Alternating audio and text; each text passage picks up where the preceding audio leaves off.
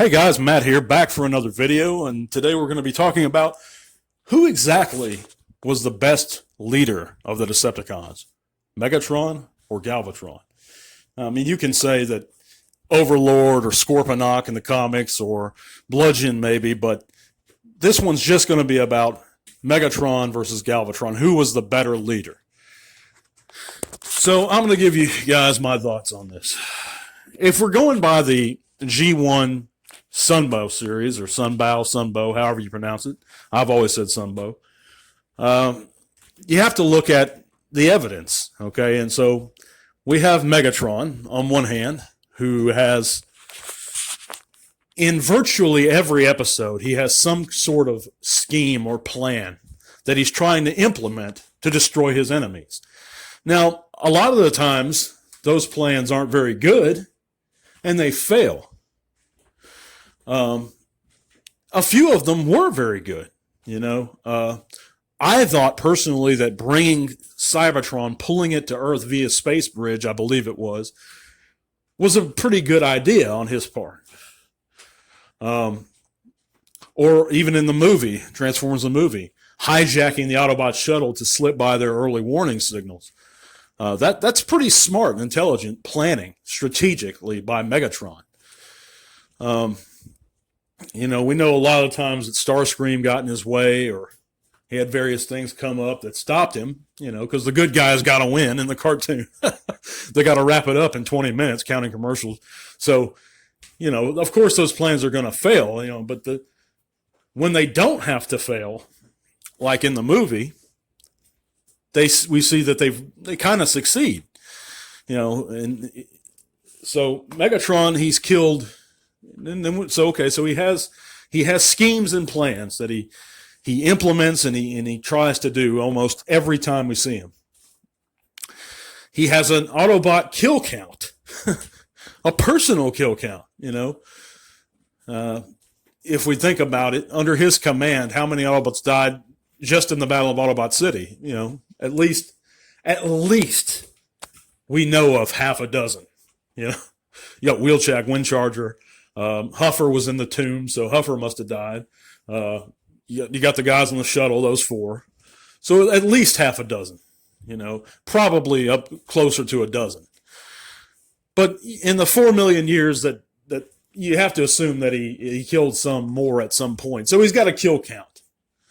So we take those two things into consideration. We take physical might into consideration. And in this category, Megatron, his tech specs say he has no known weakness. But I think Megatron's biggest weakness, and it wasn't necessarily the fact that he sometimes lacked some courage. I think that protected him more than anything else. You know, I know that was probably, if I want to say, his weakest tech spec stat was the fact that his courage wasn't perfect. You know, I think it was maybe a 7 or an 8. But... And then we look at the comics, the Marvel comics anyway. I'm not going to examine the other comics because I don't read IDW anymore, and Dreamwave really didn't last too long. So I'm going to look at just the American Marvel comics. And I wasn't an avid Marvel Comics Transformer reader, but I've read a good amount. Megatron was defeated many times in the comics, and I know that Shockwave took command from him. I believe at some, but he always managed to come back. He came back. It wasn't Galvatron that came back and really lasted throughout the comics. It was Megatron. Megatron came back and took command from Bludgeon at the end, or the beginning of G2, really, at the end of the normal regular run. I believe Galvatron was some sort of. Well, I'm getting ahead of myself a little bit. Let's go back to Galvatron now. So in the Galvatron, the cartoon, he never ever had a plan, except maybe once. The only time he had a plan, it was kind of a non-plan. And I believe the episode was The Ultimate Weapon. No, it wasn't The Ultimate Weapon. It was You know, it's not coming to mind. But he was just bluffing the whole time. Galvatron's super. But he never had a plan. You know, the only time it was basically attack, but he was consistently and thoroughly manipulated by the Quintessons time after time. He was defeated by the Autobots time after time. He had a kill count of 1, maybe, if you count Starscream. But then again, he really didn't kill Starscream. Starscream kept coming back too, so Galvatron didn't even really have a kill count. If you look at it in terms of physical might, Galvatron, I'll probably give it to Galvatron the slight edge because he was more updated and more, I would take a particle cannon over the fusion cannon. But in terms of sheer strategic planning, command ability, he never demonstrated the sort of skills that Megatron did time after time. You know, Megatron may have had some harebrained schemes, but at least he had schemes. Galvatron sat around punching on his men, complaining, and really just, if you see an Autobot, let's go shoot him. That was his plan. It was really nothing grandiose.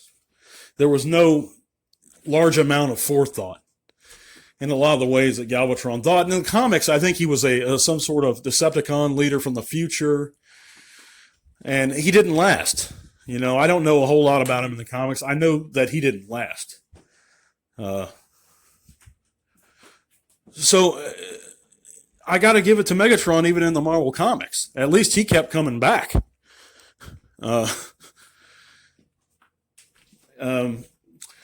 Galvatron, in my opinion, was much more effective in the movie because he hadn't had his circuitry fried yet. But even if you really do have to look at them like they're two separate individuals. In the comics, they kind of were. And in the show, psychologically, they were too. But I'd like to hear you guys' opinion on this subject. And who was the better leader, the more capable commander? The greatest between these two. I'd like to, get some kind of dialogue going. Let me know. And if you like this video, give me a thumbs up. If you don't like it, that's fine too. But let me know why. Thank you guys. I'll be back.